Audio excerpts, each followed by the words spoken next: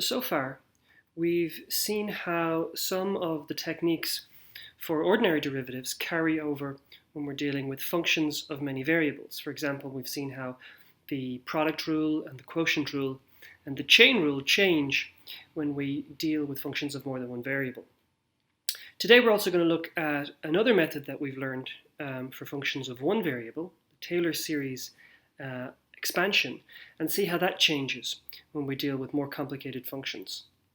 So let's remind ourselves of how the Taylor series works and how it can be used to approximate functions for one variable. So here we have in example 1, a function g of x equals to e to the power of x, and we want to find the Taylor series approximation or Taylor series expansion of that function about the point x is equal to 0. So this is a function of just one variable. You learned in your first year courses and in high school that the Taylor series for a function of one variable is given as follows. The function g of x can be written as the value of the function at the point x is equal to a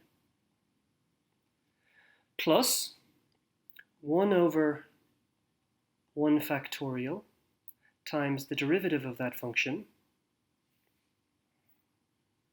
with respect to x evaluated at x is equal to a multiplied by x minus a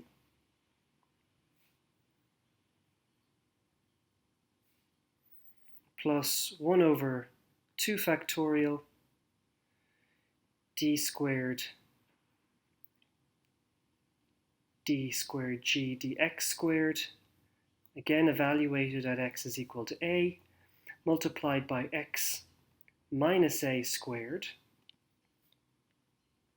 And there will be higher order terms as well, cubic terms and so on. And we're going to stop at the quadratic terms. Typically, we won't need to go much higher than that. And just to remind you, factorial symbol means the following. We have n factorial is given by the product of all the numbers up to n. So that's 1 times 2 times 3 times 4 multiplied by n minus 1 multiplied by n. So for example, 1 factorial is 1, 2 factorial is 1 times 2 is 2, 3 factorial is 1 times 2 times 3, it's equal to 6, and so on. Okay, so you notice that in our formula here for the Taylor series expansion, we're going to need to calculate derivatives. So that's also going to be the case when we deal with functions of more than one variable. And I like to gather things together into a nice, neat little table so that I can easily find everything that I need. So what I'm going to do is I'm going to write out g of x is equal to the formula e to the power of x. And I'm going to calculate what the value of that function is at the point of interest, g at x is equal to 0. So I'm setting a is equal to 0 here. X is equal to 0, so that's e to the 0, which is just equal to 1. Okay, so that's the first term that's going to appear in our Taylor series expansion when a is equal to 0. The next term is going to involve the first derivative of g with respect to x. And I'm going to calculate that right underneath the expression I have for g of x, so that I have everything together nice and neatly. So I have dg dx, and I'm going to calculate this for all values of x. The derivative of e to the x is just e to the x. And now I'm going to evaluate that at x is equal to 0. Again, I get e to the 0, I get 1. The next term I'm going to calculate is the second derivative of g with respect to x. Again, I'm going to put that right underneath the derivative I've already calculated. So all I need to do is take the derivative of that. So d squared g dx squared is going to be, the derivative of e to the x is e to the x, and evaluating that at x is equal to 0, again gives me e to the 0, which is equal to 1. So now I have all of the pieces that I need for my Taylor series expansion. I can write, using the formula that I've written out just above here, I can substitute in all of those derivatives I've calculated. g0, dg dx 0, d squared g dx squared 0, and substitute in a is equal to 0 to find my expression for g of x near the point x equals to 0.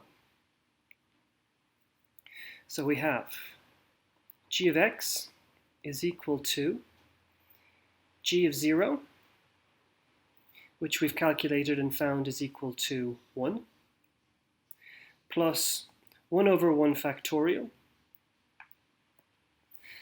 times dg dx at x is equal to 0, which again we calculated and found was 1, and that's going to be multiplied by x minus 0. And I'm writing everything out explicitly here so that I don't make any mistakes. Plus 1 over 2 factorial, the second derivative of g with respect to x, evaluated at x is equal to 0, was also equal to 1. And I'm going to multiply that by x minus 0 squared.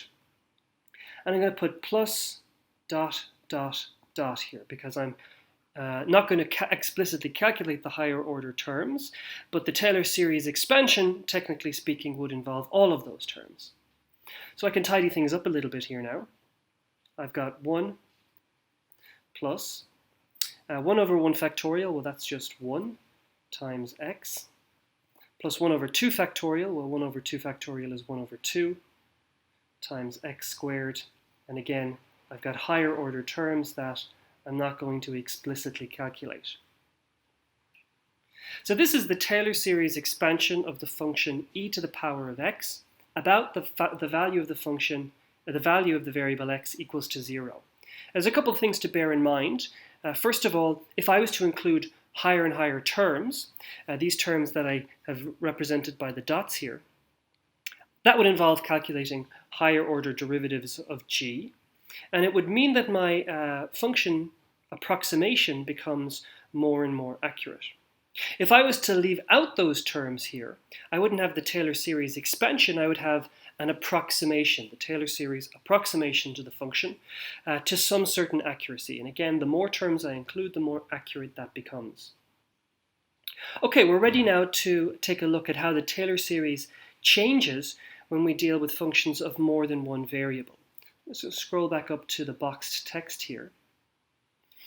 And you can see that it involves certainly a lot more partial derivatives, because now I can calculate derivatives with respect to x and derivatives with respect to y. So the value of the function f of x and y near the point a, b is going to be given by, first of all, I have to calculate the derivative of f with respect to x, the derivative of f with respect to y, and then the quadratic terms are going to involve second derivatives of f with respect to x, second derivative of f with respect to y, and of course we also have that derivative of f with respect to x and y. So we have the mixed derivative.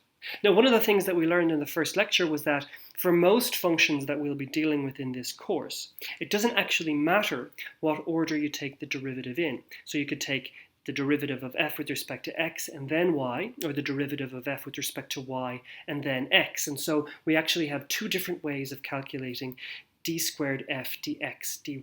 And that's going to turn up in my formula here by this extra factor of 2 appearing here. This factor of 2 represents the fact that I could do x first and then y, or the first y and then x. So this formula here is going to have to be one that you're going to have to become familiar with. It is something that will appear in the exam paper, however.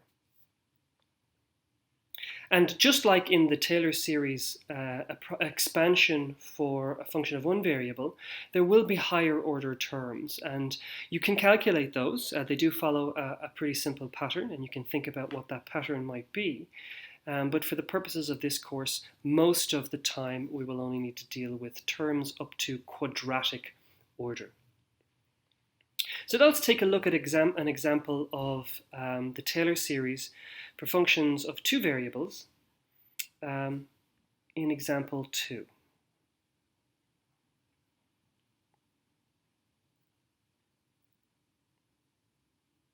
Okay, so in this example here, I've got a function f of x and y equals to x to the power of 4, y to the power of 3, so a function of two variables. I'd like to calculate the Taylor series for this up to quadratic terms, so going to second order, about the point 1, 2. Let's see how that works. Again, what I'm going to do here is I'm going to build up my simple table that keeps everything neat and allows me to find everything I need.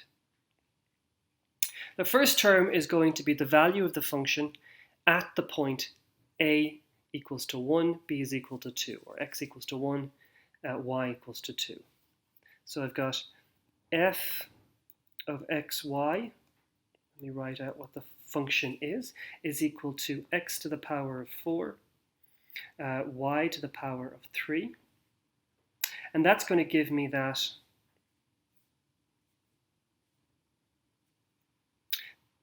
f at x equals to 1, y equals to 2 is given by 1 to the power of 4 times 2 to the power of 3, and that's 8.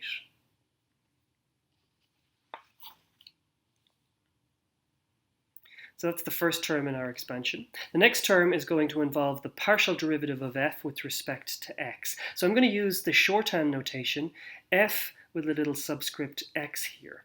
So that's the partial derivative of f with respect to x. I'm going to calculate that for all values of x and y first, before substituting in what x and y are. So the derivative of that is, and I have my formula for f of x, y right here, that's going to be given by 4x cubed, y cubed. And so I can use that expression now to calculate what the partial derivative of f is with respect to x at the point 1, 2.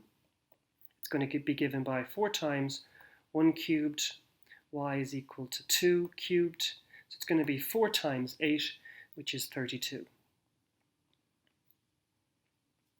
Next term, fy xy. So this is the partial derivative of f with respect to y. And again, I'm using the shorthand notation with that little subscript there.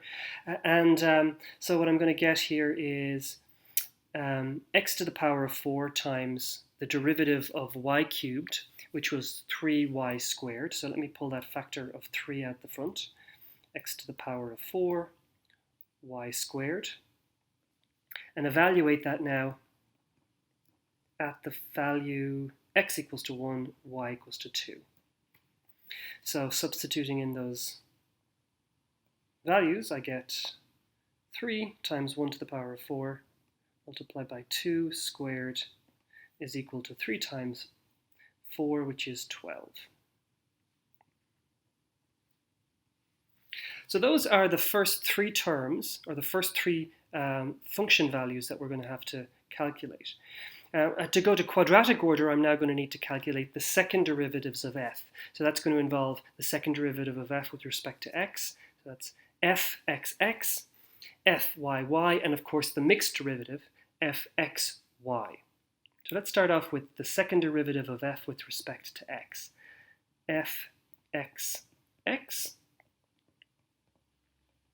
And now you can start to see why I've lined up my table the way I have, because now I can calculate the second derivative of f with respect to x by taking the first derivative, which I've already calculated, and taking its derivative with respect to x. So the derivative of 4x cubed y cubed, take that derivative with respect to x. That's going to give me 12x squared y cubed. So that's 4 times 3x squared times y cubed. And again, I'm going to go ahead and substitute in x equals to 1, y is equal to 2. into that formula. So I get 12 times 1 squared times 2 cubed. So that's 12 times 8, which is 96.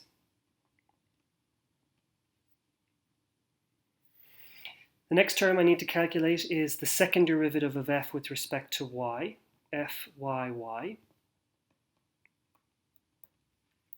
And I can go back and look and see where I calculated the derivative of f with respect to y. That was 3x to the power of 4y squared.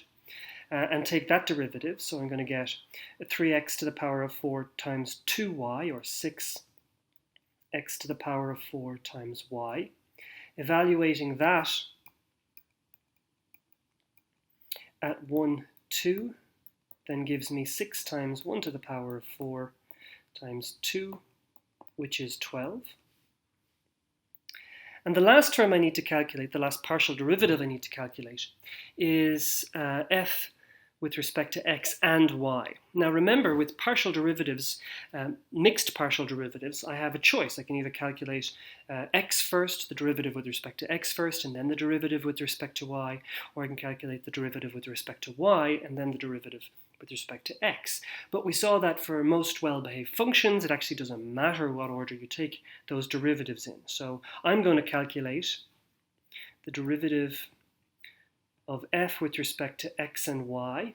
That's f sub x, y. And you remember that I interpret that as taking the derivative of x first and then the derivative of y, because x is closest to f.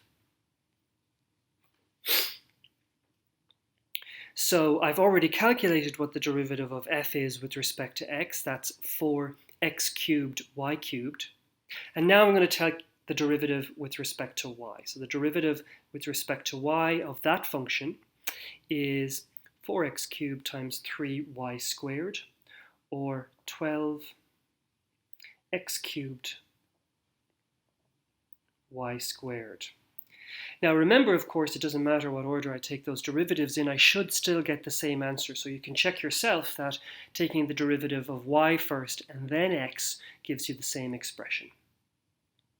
So now I need to calculate what the value of that partial derivative is at the value 1, 2, substituting in x is equal to 1, y is equal to 2. That's going to give me 12 times 4, which is 48. Okay, now I have all of the partial derivatives I need. I can substitute those now into the expression that I have for my Taylor series expansion for functions of two variables. That's given here. So what I'm going to do here is I'm going to substitute in a is equal to 1, b is equal to 2, and put in all of the values of the partial derivatives that I've now calculated. So I won't write out explicitly what the expression is, because it's given there at the beginning of your lecture notes. What I'll do is I'll write what the answer is. So we have the value fxy, the function fxy, is going to be given by the value of my function at 1, 2. So that's the first value that I calculated here, f at 1, 2, that's going to be equals to 8, plus the partial derivative of f with respect to x at 1, 2. We found that that was equal to 32. And that's going to be multiplied by x minus a, and a in this case is equal to 1. The next term is going to be the partial derivative of f with respect to y, evaluated at 1, 2. We found that that was equal to 12. And I'm multiplying that by y minus b, and b is equal to 2, plus, and here's where I have my higher order terms. In fact, before I run out of room, let's move to the next line. So I'm going to have plus 1 over 2 factorial, big bracket, the derivative with respect to x twice, so the second derivative of f with respect to x at 1, 2, which was 96, multiplied by x minus 1, all squared, plus 2 times, can't forget that factor of 2, times the mixed derivative, fxy, so that was equal to 48, multiplied by x minus 1 times y minus 2, plus the second derivative with respect to y, so that was plus 12, multiplied by y minus 2 all squared. And we're going to close that big bracket. And of course, because this is a Taylor series expansion, I really should include a couple of dots here, if I can fit them in. And that's just to indicate that I'm leaving out higher order terms, or I'm not explicitly writing them in. Okay, so let's tidy this thing up a little bit. We have, this is going to be equals to 8 plus 32 times x minus 1 plus 12 times y minus 2 plus 96 divided by 2 factorial. 2 factorial is 2. 96 divided by 2 is 48 times x minus 1 squared plus 2 divided by 2 factorial, so those cancel, plus 48 times, let's give myself a bit more space,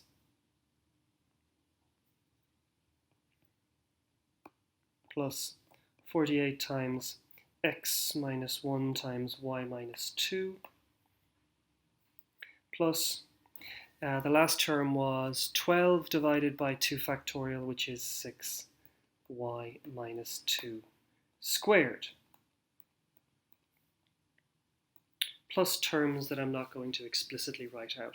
Now, if I was looking for the Taylor series approximation, I would actually not include those terms.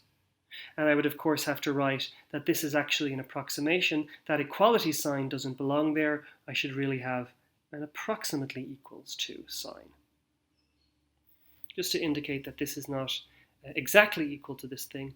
It's just approximately equals to this thing.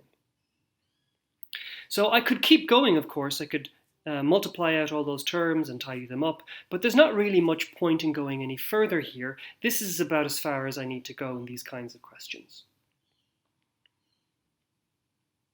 So in the next example, we're going to see how we can use the Taylor series approximation to estimate what the value of a function is near a value of x and y. So looking at example 3, we have a function e to the x cosine of y. We're going to first of all calculate what the Taylor series is up to quadratic terms of x equals to 0 and y is equal to 0. So to find out what that function looks like near that value, x equals to 0, y is equal to 0. And then we're going to use our Taylor series approximation to quadratic terms to estimate what this function is for small values of x and y. Okay?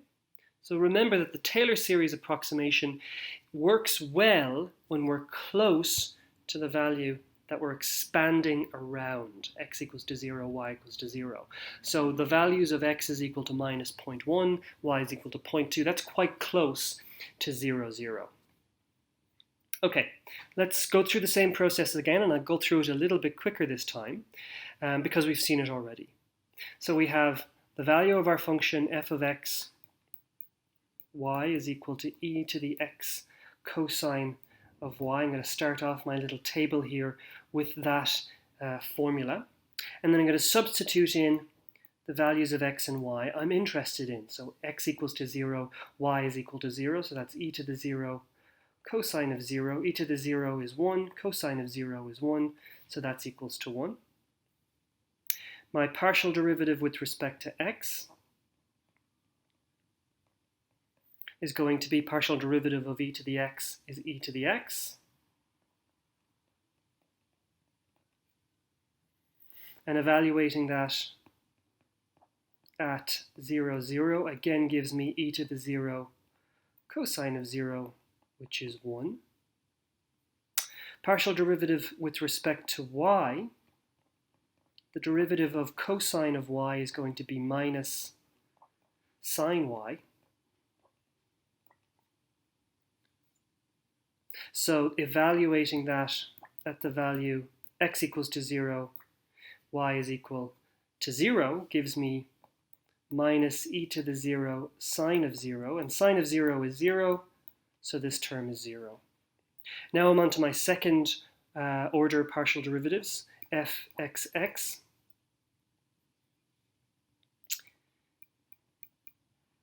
And again, I can look back at where I calculated f of x and just take the derivative of that with respect to x. Again, it's going to give me e to the x cosine of y. And once more, evaluating that at 0, 0 gives me e to the 0 cosine of 0, which is 1. The second derivative with respect to y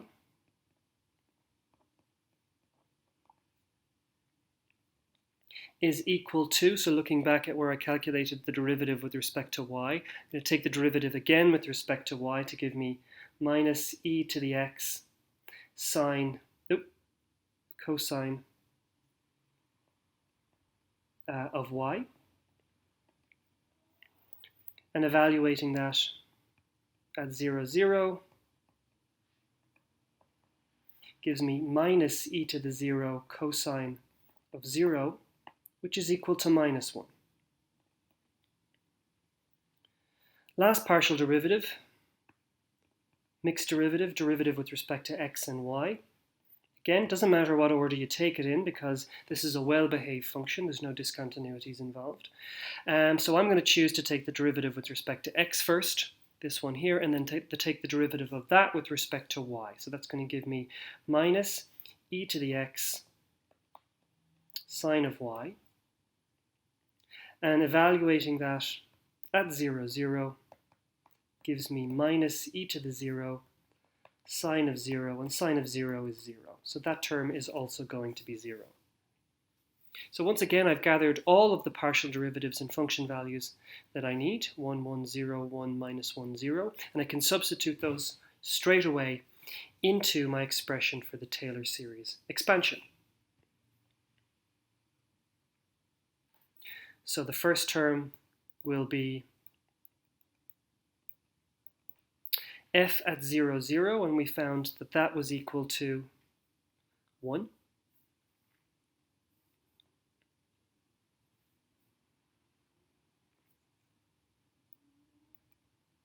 Plus the derivative, the partial derivative with respect to x at 0, 0, again we found that that was equal to 1, multiplied by x minus 0, plus the partial derivative with respect to y at 0, 0, which was equal to 0. Keep that handy.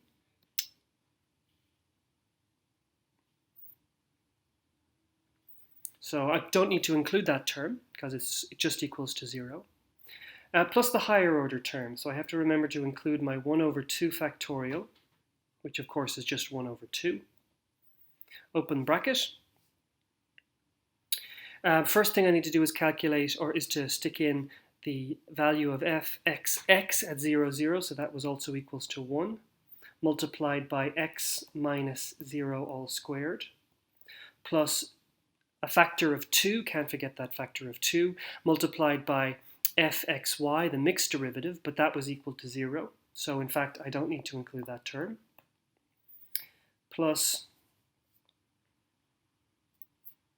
the value of the second derivative with respect to y, which was equal to minus 1, multiplied by y minus 0 all squared. And I've got higher order terms. Okay, so let's tidy things up a little bit. I get equals to 1 plus x plus 1/2 of x squared minus y squared. And I'm going to actually write this as the Taylor series approximation. I'm not going to put in those plus dot dot dots because I'm going to leave out those higher order terms. This is an approximation to the function. So now I have two expressions for my function e to the x cosine y. I have the full expression. This is the original expression I started off with. And I have my Taylor series approximation. And what I can do now is I can substitute in values of x and y and see how close those two expressions get to each other. So let's start off with my Taylor series approximation and find out what the value at x is equal to minus 0.1, y is equal to 0.2 is. Basically going to substitute in x is equal to minus 0.1, y is equal to 0.2, and you'll find that that is equal to, roughly speaking, actually that is exactly equal to 0.885. So that's what the Taylor series approximation of my function f gives me for the value of the function at the point x is equal to minus 0.1, y is equal to 0.2. What's the actual value of the function? I can actually do this, of course, because let's put a little approximately equals to there to indicate that this is the Taylor series approximation. Of course, I can go back and I can just substitute in what the real expression is for my Taylor series, for my function. I'm going to have e to the power of minus 0.1 cosine of 0.2, and of course I have to be careful here because I'm interpreting 0.2 as radians. So you can, when you put this into your calculator, make sure your calculator is in radians mode to calculate the cosine of 0.2. Multiply that by e to the minus 0.1. And what you'll find is that you get around 0.8868, and it'll keep going. So let's just take a step back here and look at what we've calculated. I found two different expressions for my function f of xy.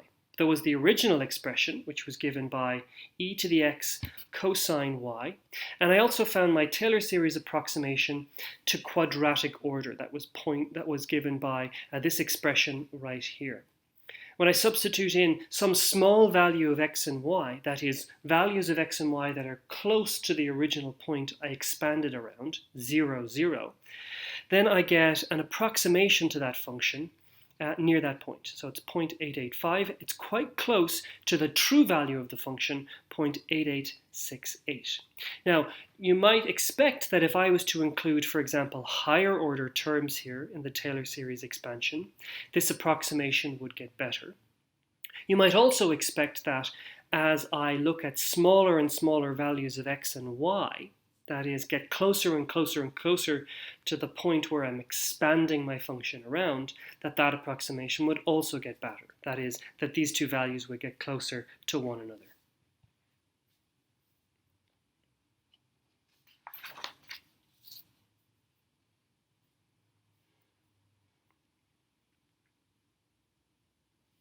Okay, now we're going to use the Taylor series to do something very, very important for engineering or any practical sciences, and that's trying to estimate the error in some measurement that you're making, or estimate the error from some formula that you're interested in. And the way we're going to do that is by looking at the linear approximation in our Taylor series expansion. That is, only go up to first order terms. So write f of x of y is equal to the value of the function at a, b, and then include the first order derivatives. So we're not looking at the quadratic terms here. Now I can rewrite that so that I get it as the difference of f and its value at the point a, b. And you notice that I can rewrite this as the change in f, that is the change in the value of f between xy and ab, is approximately equals to the partial derivative with respect to x multiplied by the change in x, plus the partial derivative with respect to y multiplied by the change in y. Now what this is telling us is that if I can calculate the partial derivatives of my function, if I know what those partial derivatives are, then I can find out what changes in f, what the change in the value of f is if I change x and y. This is quite a powerful tool because it means that I don't need to know all the details of f.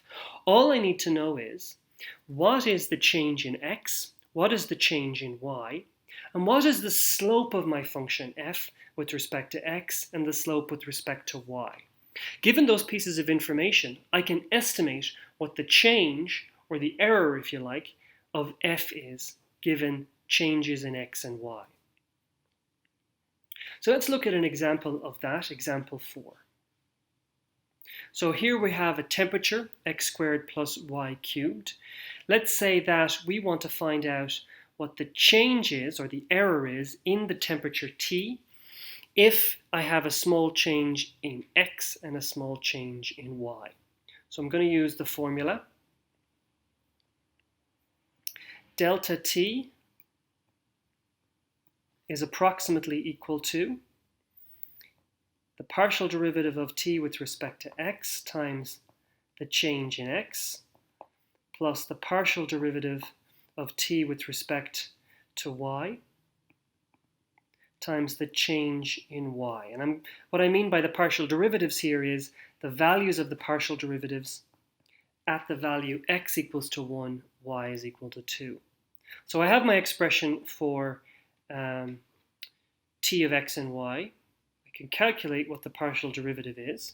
That's going to be given by 2x multiplied by delta x plus the partial derivative of t with respect to y is 3y squared times delta y.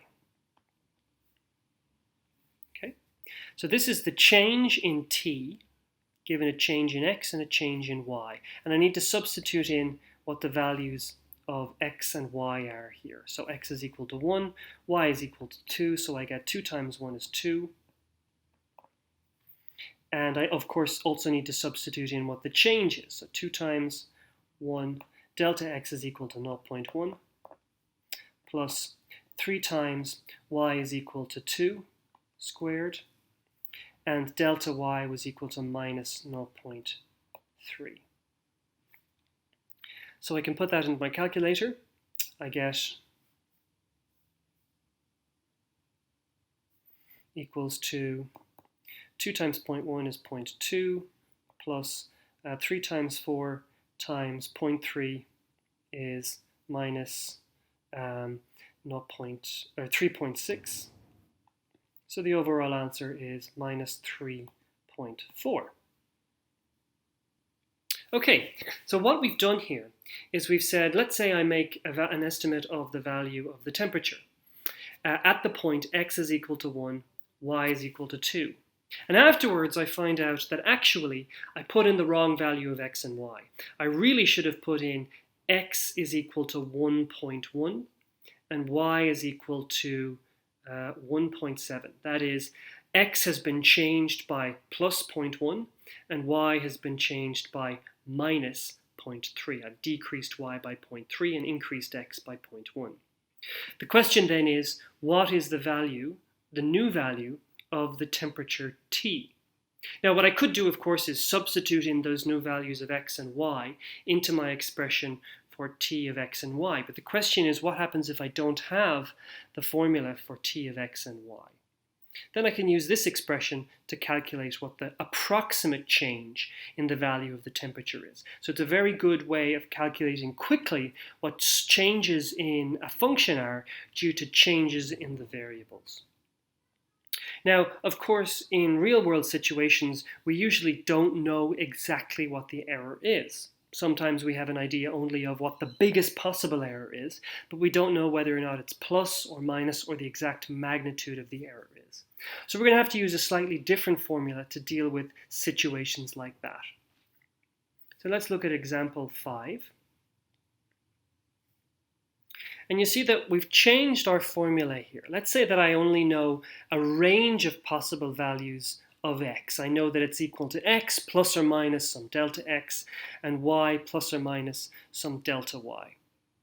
And I want to know what's the range of possible values of my function f of x and y, or if you like, I want to know what's the largest possible error I could have in my function f of x and y. That's going to be given by this expression here. You notice that I've written it as the change in delta f, absolute value, is going to be smaller than something. And so what this is telling me is that the thing on the right-hand side, that's the maximum possible error. So whatever the actual error is, it's got to be less than that. You also notice that there are these absolute value signs appearing everywhere. Absolute value of delta f, absolute value of the partial derivative, absolute value of the error in delta x. And that represents the fact that I don't know whether the change or the error in x is positive or negative and the error in y is positive or negative. And if that's the case, if I don't know what the sign of that is, then I have to assume that all of those errors add up together, that they don't cancel each other out. If I'm interested in knowing what the maximum possible error is, then the maximum possible error is going to be the case when all of those errors add up together. So I'm always adding together positive numbers. That's the purpose of those absolute value signs. So let's see what happens now if in exactly the same situation, so I have a temperature given by x squared plus y cubed, and I want to know what the absolute maximum error is, given x is equal to 1, y is equal to 2, and a range of values for delta x and delta y. That is, I know that delta x can be at most 0.1 and delta y can be at most 0.3. So I've put in less than or equal symbol signs there just to indicate that the actual error can be at most 0.1, the actual error can be at most 0.3. And again, absolute value signs appear there because I don't know what the sign of the error is.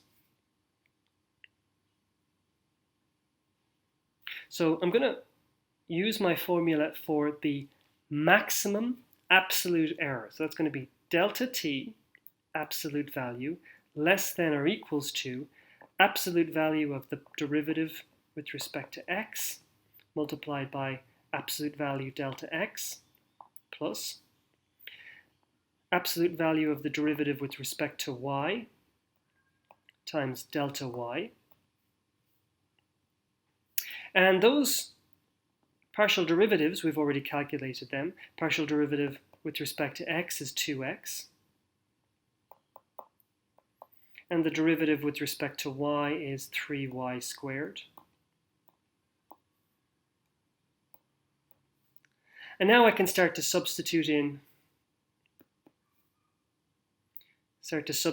what those values are. So x was equal to 1, so 2 times 1 is 2. And I can get rid of my absolute value sign now because the argument is in fact positive. Delta x is less than or equals to 0.1, so I can put in 0.1 there for absolute value delta x, plus 3 times y squared, so 3 times 2 squared. Again, that's a positive number, so I can drop my absolute value sign. And y is equal to 0.3. Delta y is equal to 0.3. So notice again here that I'm only adding together positive numbers. Everything is contributing towards the maximum possible error. There's no cancellation of errors. So what do we get? We get 0.2 plus 3.6. We get 3.8.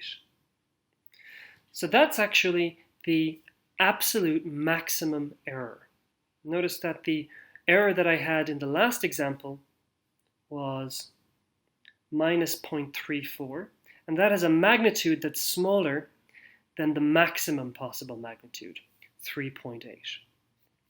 Now what I've calculated here is the absolute error, that is the error just in terms of the temperature, but I might be interested in knowing what the relative error is, that is the error relative to the actual value or the estimated value of the temperature.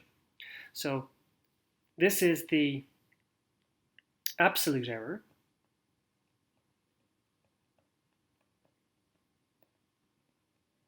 If I'm asked to calculate the relative error,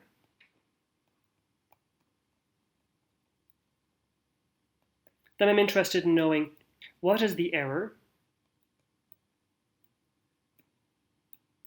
divided by the value of my temperature. And again, I want to make sure everything is in terms of positive numbers and put absolute values there.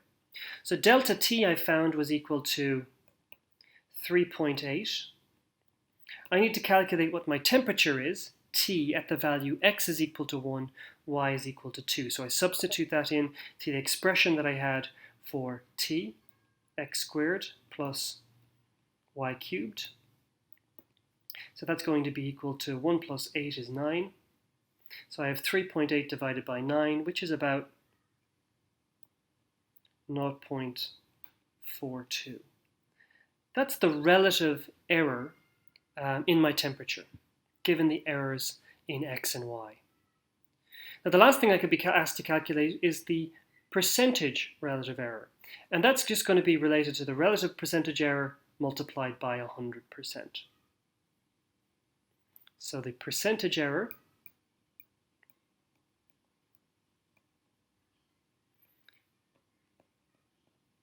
was the relative error multiplied by 100%. So just expressing that relative error as a percentage, which gives me 42%. So what that's telling me is that given the errors in x and y, given the maximum possible errors in x and y, the maximum possible absolute error in the temperature is 3.8. The relative error, that is relative to the measured value of the temperature, is 0.42, which corresponds to 42%.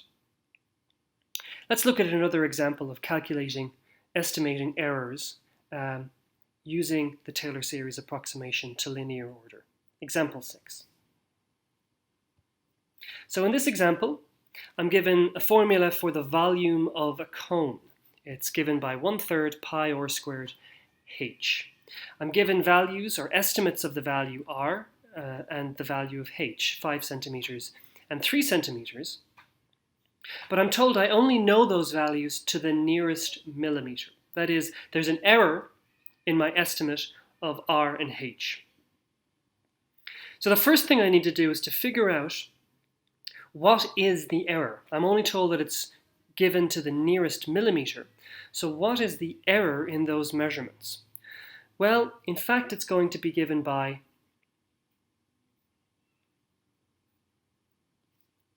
half a millimeter.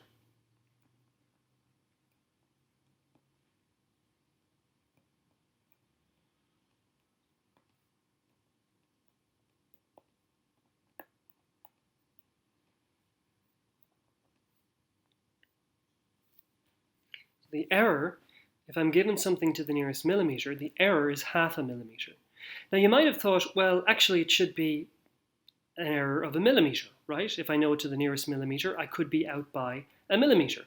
But actually, if you think about it, if you're out by more than half a millimeter, then you'll be at the next millimeter on your ruler.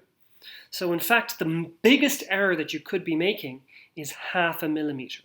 If I know something to the nearest millimeter, the biggest error I could possibly make is half a millimeter.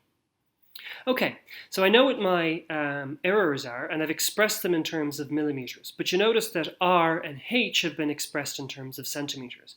I want to be careful to make sure that I have everything in the same units. So I'm going to re-express delta r and delta h, which of course I should write as maximum possible errors. Those are not absolute errors. It's less than or equal to, and I have to put absolute values, signs there to say that I don't know if it's bigger or smaller.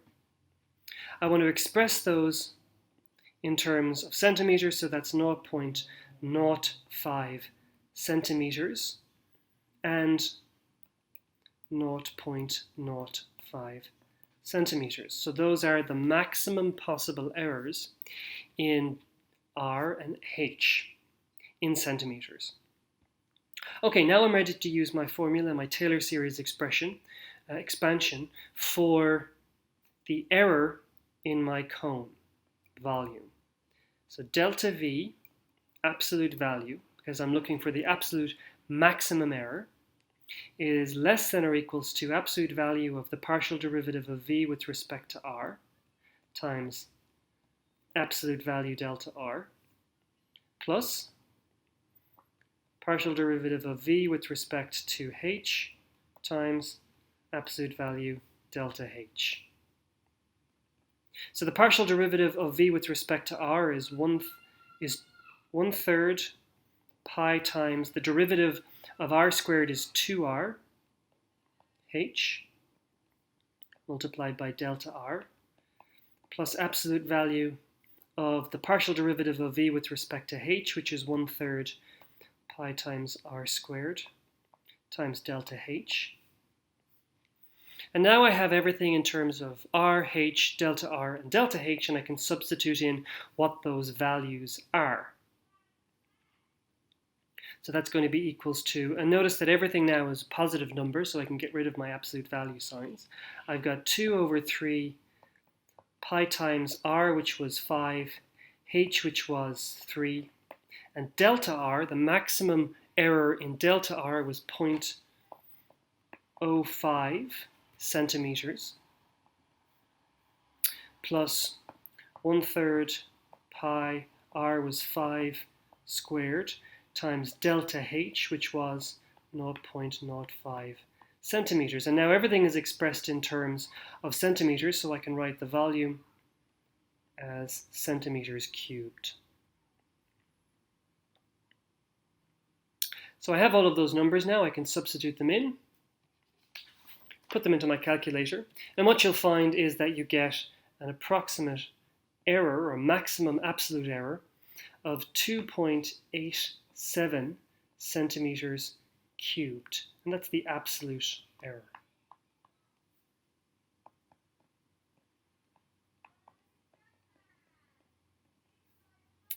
We're also asked to calculate what the maximum percentage error could be, and we'll do that by calculating what the relative error is, and then multiplying that by 100%. So absolute error delta V was 2.87 centimeters cubed.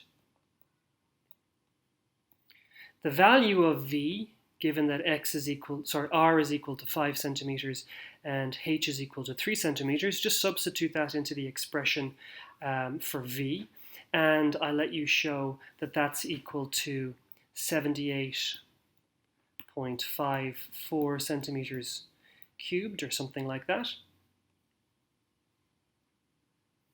And we're multiplying all of that by 100%.